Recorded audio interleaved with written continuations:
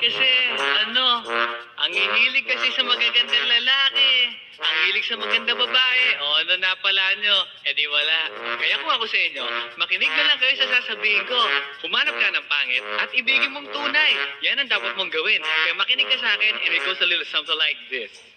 Kung gusto mong lumigaya ang iyong buhay, humanap ka ng pangit at ibigin mong tunay. Isang pangit na talagang di mo matanggap at huwag ang lalaki na iyong pangarap. Ngunit kung bakit ko sinabi to'y simple lang, pagkat magagandang lalaki ay naglalaro lang ng iyong oras. Pagod hirap at salapi, ngunit handang-handang iwanan ka naman sa sandali na ikaw ay wala nang ibigay, di ba? Kaya't pangit na lalaki ang hanapin mo, day. Kung hindi, sige ka, puso mo'y mabibiyak. Mawalay man ang pangit, hindi ka iiyak.